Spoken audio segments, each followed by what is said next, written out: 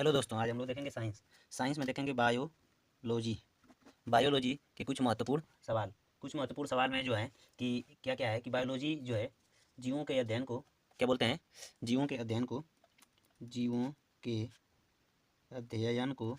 क्या बोलते हैं? जीव विज्ञान यानी बायोलॉजी।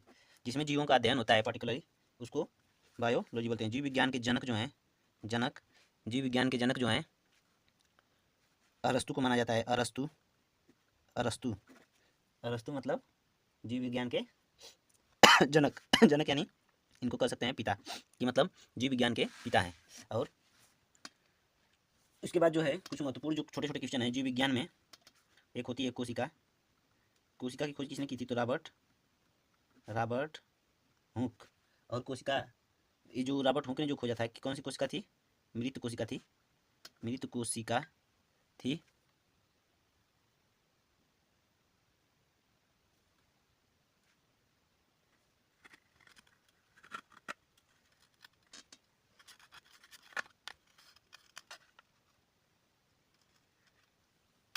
एक सेकेंड।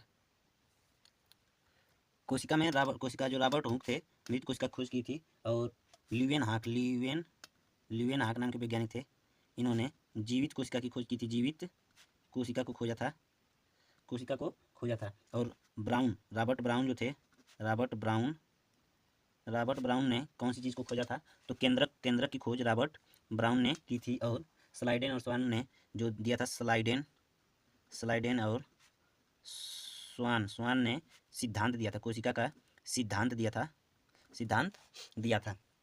और पुरकिंजे जो थे, पुरकिंजे जो थे जीव द्रव्य को खोजा था।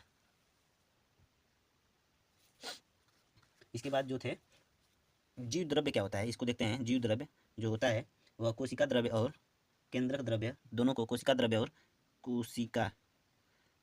द्रव्य प्लस केंद्रक द्रव्य को मिलाकर जीव द्रव्य बनता है। आगे देखते हैं कि कोशिका में इसको देखते हैं कि कोशिका में जो सबसे बड़ी कोशिका होती है, सबसे बड़ी कोशिका किस चीज़ की होती है? सबसे बड़ी कोशिका कौन सी है? तो शुतुरमुर्ग का अंडा सबसे बड़ी पूछेगा तब। अगर सबसे लंबी पूछे, सबसे लंबी कोशिका पूछे तो न्यूरॉन। और मानव में सबसे बड़ी पूछे, मानव में सबसे बड़ी अगर पूछेगा तो है अंडा। मानव अंडाणु जो होता है। और मानव में अगर सबसे छोटा अगर पूछ दे तो शुक्राणु जो होता है सबसे बड़ा होता है। न्यूरॉन क्या होता है कि यह जो है सूचनाओं का आदान प्रदान करता है। इसको मानव मस्तिष्क में सूचनाओं का आदान प्रदान करता है, यह न्यूरॉन होती है। और पूरा जो ब्रेन जो होता है इन्हीं सेल से मिलकर बना होता है। न्यूरॉन सेल से ही मिलकर बना होता है। किन सेल से मिलकर बना होता है? तो न्यूरॉन सेल से मिलकर बना होता है। आगे देखते हैं कुछ महत्वपूर्ण क्वेश्चन बायोलॉजी से। विटामिन B1, B9 और B12, ये जो है 3 विटामिन है। इसमें देखेंगे कि विटामिन बी का क्या नाम है? थायमीन। इसकी कमी से कौन सा रोग होता है? बेरी। कौन सा रोग होता है? बेरी इसकी कमी से होता है। और जो थायमीन कहाँ नहीं पाया जाता है? तो पोलिश राइस मतलब चावल में यह नहीं पाया जाता है। क्या होता है? नहीं पाया जाता है। और कहाँ पाया जाता है? नहीं, इसमें एक होता है पोलिश चावल में ये नहीं पाया जाता है। और एक गोल्डन चावल होता है, गोल्डन राइस होता है। उसमें क्या, कौन सी चीज़ पाई जाती है? कौन सी विटामिन? तो उसमें पाया जाता है विटामिन ए। गोल्डन चावल में पाया जाता है।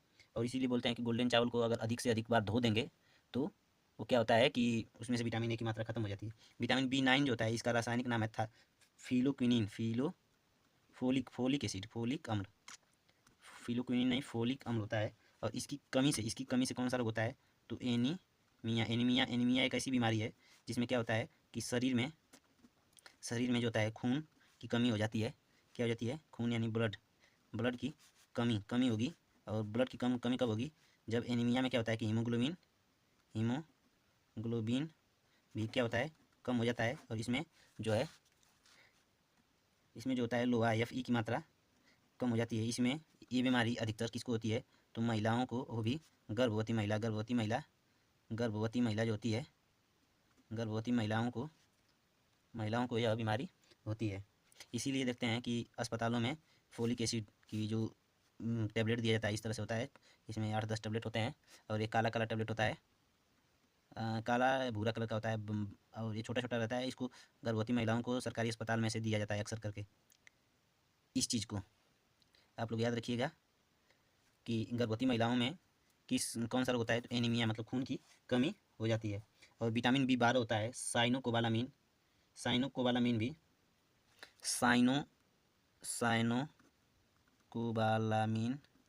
साइनोकोबालामिन भी एक विटामिन है।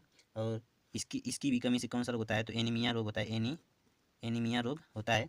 और इसमें विटामिन B12 में कौन सी धातु पाई जाती है, तो कोबाल्ट। कौन सी धातु पाई जाती है, कोबाल्ट धातु पाई जाती है, कोबाल्ट धातु पाई जाती है। और विटामिन सी देखते हैं, विटामिन सी जो है, विटामिन सी जो है, इसका रासायनिक नाम क्या होता है, तो एस्कॉर्बिक एसिड इसका रासायनिक नाम है। इसकी कमी से कौन सा रोग होता है, तो स्कर्वी रोग होता है। स्कर्वी रोग में क्या होता है, तो मसूड़े में सड़न होती है। और यह रोग किसको ज़्यादा होता है, तो नाविक, जो समुद्री नाविक होते हैं उनको रोग होता है। स्कर्वी रोग को नाविक रोग भी कहते हैं। कौन सा रोग कहते हैं, नाविक रोग भी कहा जाता है। कौन सा रोग, नाविक रोग भी कहा जाता है। और विटामिन सी जो है, यह किस चीज़ में सबसे ज़्यादा पाया जाता है, तो आंवला में सबसे ज़्यादा पाया जाता है। और किस चीज़ में नहीं पाया जाता है, तो दूध में नहीं पाया जाता है। और यह विटामिन सी की एक खास बात है कि यह शरीर में रुकता नहीं है, पेशाब के रास्ते बाहर निकल जाता है। तो इतना है। और आगे देखते हैं कि विटामिन डी जो है, विटामिन डी का रासायनिक नाम क्या है, कैल्सीफेराल। इसकी कमी से कौन सा रोग होता है, बच्चों में, विटामिन डी की कमी से बच्चों में रिकेट्स रोग होता है, और वयस्क में ऑस्टियोमलेशिया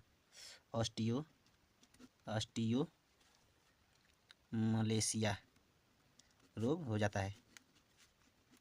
रिकेट्स में क्या होता है कि यह जो बच्चों का पैर पतला पतला हो जाएगा और पेट, इसको सूखा रोग भी बोलते हैं, सूखा रोग भी बोलते हैं। ऑस्टियोमलेशिया में क्या होता है, हड्डियाँ कमज़ोर हो जाती हैं। कौन सी चीज़, हड्डियाँ कमज़ोर हो जाती हैं। यह वयस्क आदमी में, बूढ़ों में ज़्यादा पाया जाता है। और विटामिन डी जो है कहाँ पाया जाता है, तो सनलाइट यानी सूर्य की रोशनी में पाया जाता है। इसको आप लोग नोट्स करते रहिएगा। इतना हो गया। आगे देखते हैं।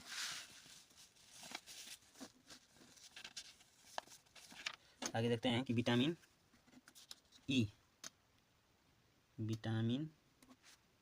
ई क्या होता है। विटामिन ई का रासायनिक नाम क्या होता है, तो टोकोफेराल।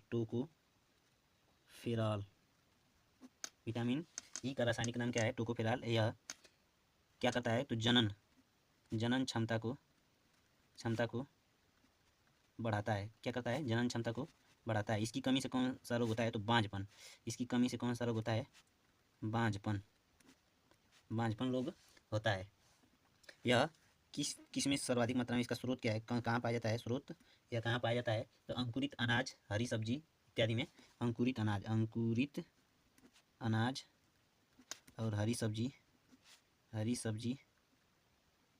में पाया जाता है। इसको एक और नाम से जानते हैं, इसको बोलते हैं ब्यूटी विटामिन के नाम से भी जानते हैं। एक होता है विटामिन के का रासायनिक नाम होता है फिलोक्विनान।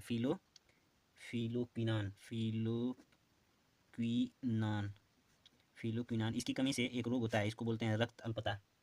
कौन सा रोग होता है, रक्त अल्पता नहीं, रक्त स्राव होता है इसका। रक्त स्राव मतलब जो है, ब्लड जो है, ब्लड अगर कहीं से कट जाता है तो वह रुकता नहीं है, बहता रहता है, बहता रहता है।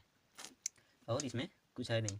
यह कहाँ पाया जाता है? तो टमाटर, हरी सब्जी, आंत में पाया जाता है। और इसका अन्य नाम जो है नेप्थोक्विनान, नेप्थोक्विनान, नेप्थोक्विनान, नेप्थोक्विनान है इसका दूसरा नाम। आगे देखते हैं कि कोशिका भित्ति, कोशिका भित्ति जो होती है। और एक चीज़ विटामिन से जुड़ा है कि विटामिन जो है, विटामिन जो है शरीर को ऊर्जा नहीं देते हैं। क्या होता है? शरीर को ऊर्जा नहीं देते हैं। इसके बाद देखते हैं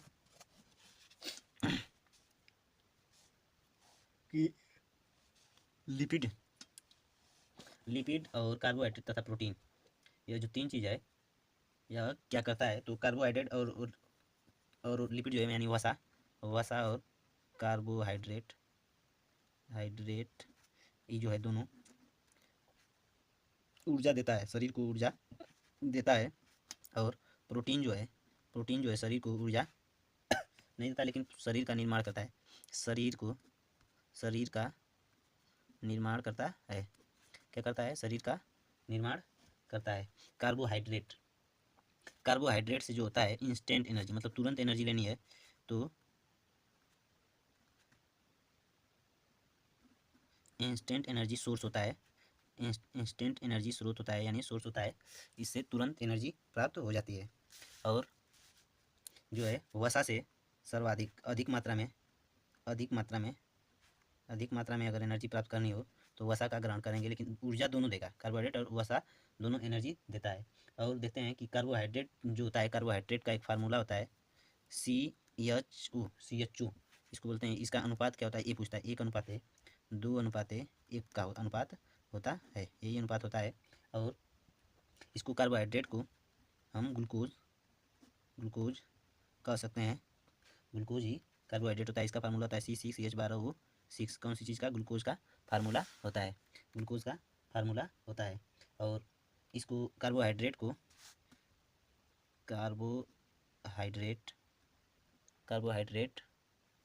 यहाँ से लेंगे।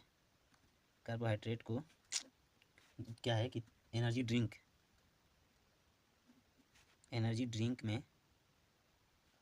में मिलाया जाता है। इसको तुरंत, इससे क्या होता है? एनर्जी ड्रिंक में मिला होता है कार्बोहाइड्रेट, और इससे क्या होता है?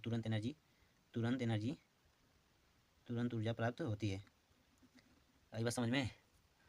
तो और यह कार्बोहाइड्रेट कितने प्रकार का होता है? तो कार्बोहाइड्रेट कई प्रकार के होते हैं, जिसमें से है मुख्यतः 3 भागों में बांटा गया है। तो एक होता है मोनोसेकेराइड, एक होता है डाइसेकेराइड, एक होता है पॉलीसेकेराइड।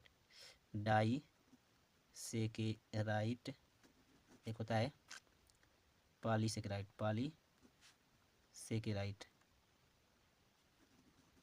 तो इसमें क्या होता है कि इसमें एक, इसमें दो, इसमें कई होते हैं, मतलब कार्बोहाइड्रेट के भाग। इसमें जो होता है, इसका उदाहरण जो होता है ग्लूकोज, गैलेक्टोज और फ्रक्टोज। ग्लूकोज, गैलेक्टोज और फ्रक्टोज होते हैं, इसका उदाहरण मोनोसेकेराइड का। डाइसेकेराइड का है सुक्रोज, माल्टोज और लैक्टोज।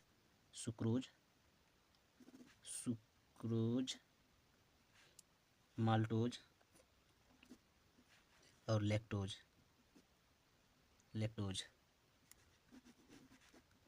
और पॉलीसेकेराइड में क्या होता है? Starch, glycogen.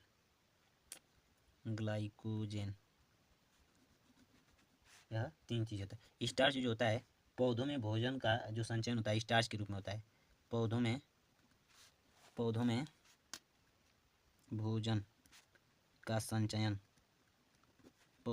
संचयन जो होता है स्टार्च के रूप में होता है। और मनुष्यों में भोजन का संचयन जो होता है ग्लाइकोजन के रूप में होता है। किस रूप में होता है? ग्लाइकोजन के रूप में होता है।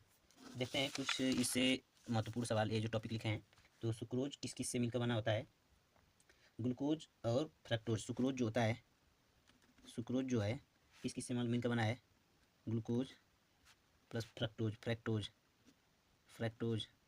और उसके बाद है माल्टोज, किस से मिलकर बना है?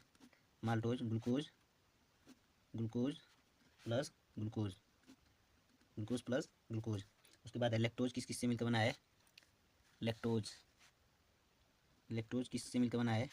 Glucose, glucose plus galactose, गायलैक्टोज।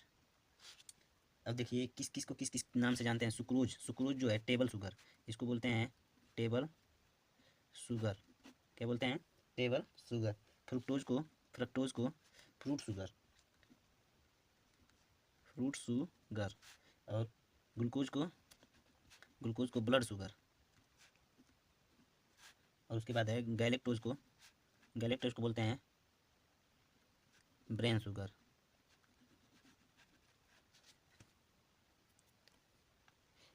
तो इतना दोस्तों है।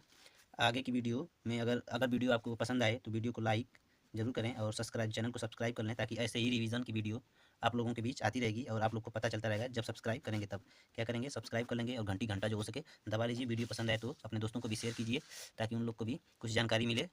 धन्यवाद। राधे राधे।